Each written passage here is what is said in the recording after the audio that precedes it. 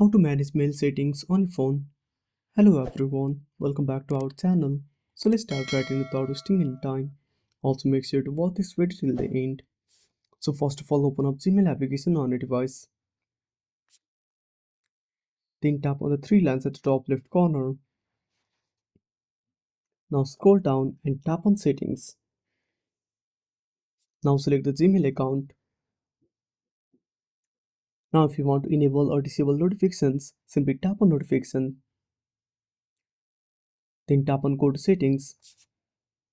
Now enable the toggle and simply go back. Then tap on notifications. Now you can select from all, high priority only, and select none. Now once you select none, the notifications will be disabled. Now you can simply scroll down and access different settings for your mail account. And that's it. Thanks for watching. Make sure to subscribe our channel and hit the bell icon. See you in the next video.